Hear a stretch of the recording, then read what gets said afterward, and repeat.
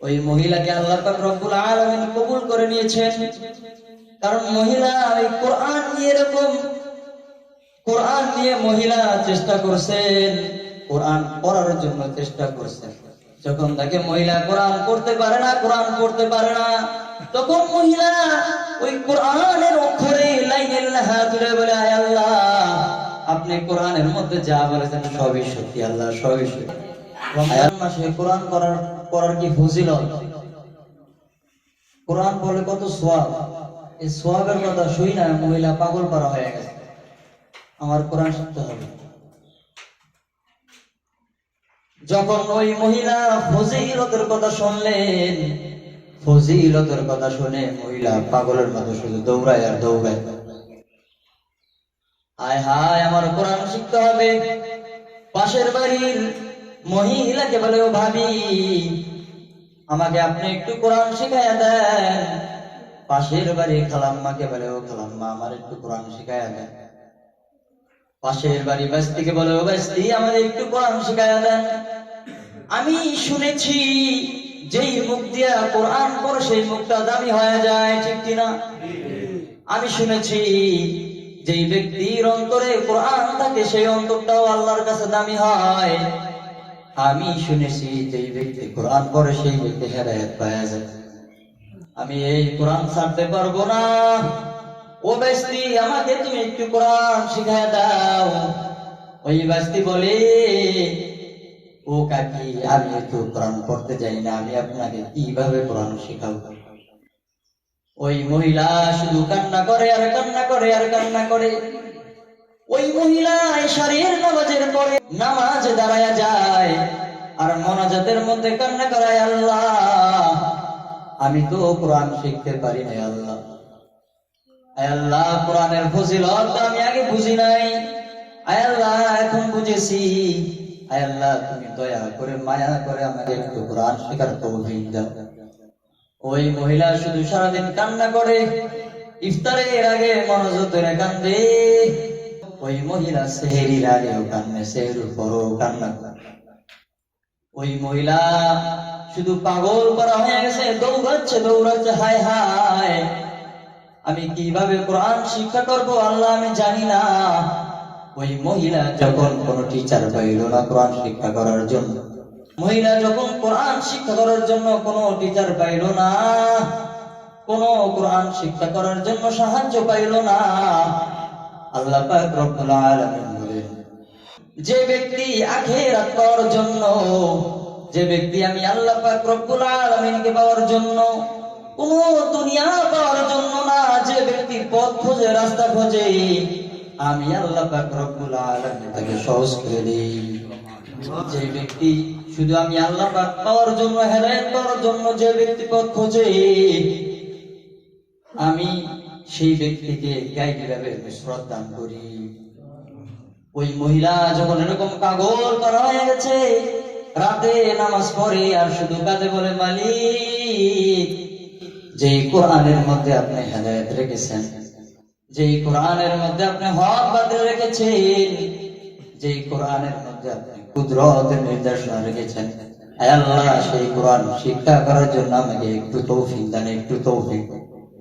ওই মহিলা এরকম কান্না করতে করতে যখন সবে কদর রাত হয়ে যায়, যখন কোরআন নাজিলের রাত হয়ে যায়, তখন ওই মহিলা তখন ঘুমায় না।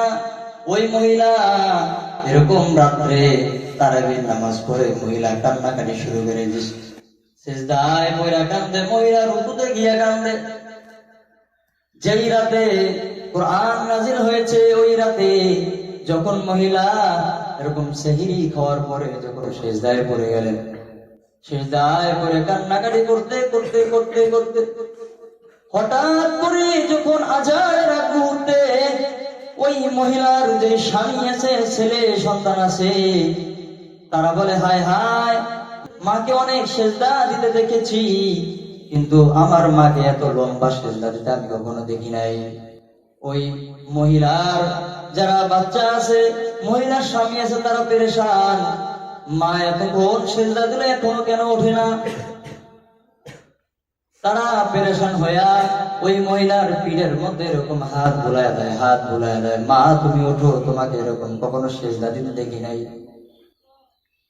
ও মা, তোমার কি এখনো সেজদা শেষ হয় নাই?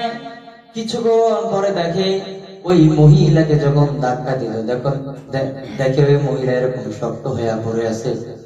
আল্লাহ পাক রব্বুল আলামিন ওই মহিলাকে ওই সিজদার মধ্যে যেই রাতে কোরআন নাযিল হয়েছে, ওই রাতে আল্লাহ পাক রব্বুল আলামিন এই মহিলার কোরআনের চেষ্টা করার কারণে, কোরআন নিয়ে মহিলা মুজাহাদা করার কারণে আল্লাহ পাক রব্বুল আলামিন ওই মহিলাকে যেই রাতে কোরআন নাযিল হয়েছে, ওই শেষ রাতে সিজদারত অবস্থায় ওই মহিলাকে কবুল করে জান্নাতি বানায়া দিলেন। সুবহানাল্লাহ। আর আস্তে কোন সুবহানাল্লাহ। তাহলে সিজদার মধ্যে মহিলার মৃত্যুবরণ হয়েছে, ভালো মৃত্যু হইল না খারাপ মৃত্যু হইল? এই মৃত্যুটা হওয়ার কারণ একটাই, মহিলা মুজাহাদা করেছে, চেষ্টা করেছে।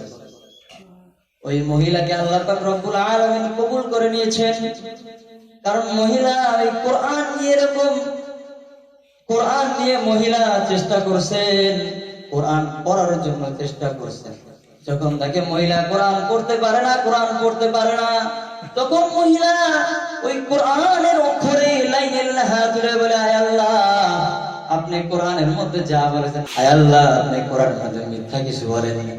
মহিলা কোরআন পড়তে পারে না, তারপর কোরআন ছাড়ে না, ওই হাত বুলায় বলে, হাত বুলায় অক্ষরের মধ্যে বলে, আয় আল্লাহ আপনি যা বলেছেন তাই সত্যি।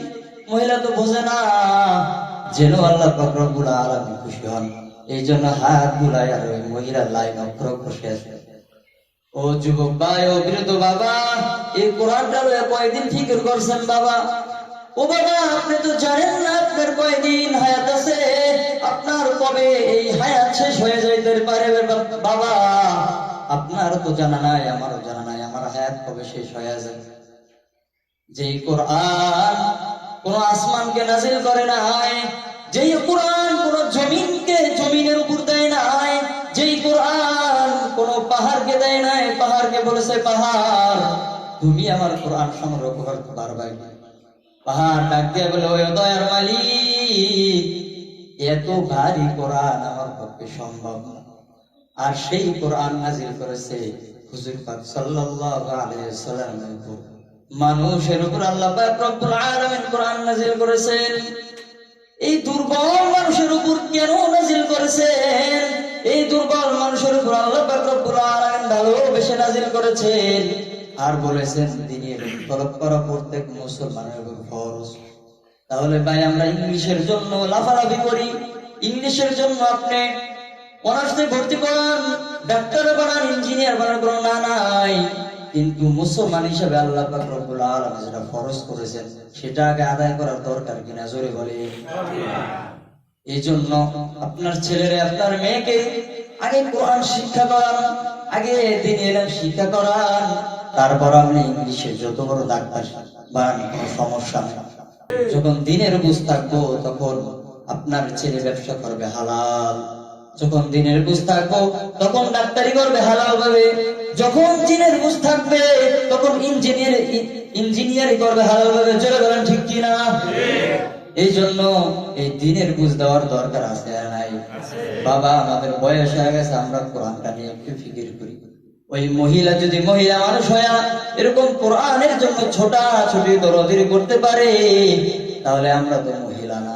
আর মহিলারা কিন্তু সব জায়গায় যাইতেও পারে না, ঠিক কিনা? আমরা তো সব জায়গায় যাইতে পারি, মসজিদে যাইতে পারি, মাদ্রাসায় যাইতে পারি, সব জায়গায় যাইতে পারি। ওই মহিলার কোরআন শিক্ষা করার কোনো মাধ্যম ছিল না, কোনো টিচার পায় নাই। আর আমাদের কাছে কোরআন শিক্ষা করার টিচার আছে না নাই? কিন্তু ভাই আলাম দেওয়ার পরে আমরা কেউ বসি না, অথচ হইতে পারে এই কোরআনের কারণে আল্লাহ পাক রব্বুল আলামিন আমাকে এরকম একটা জান্নাতি দিতে পারে, পারি কি পারে না?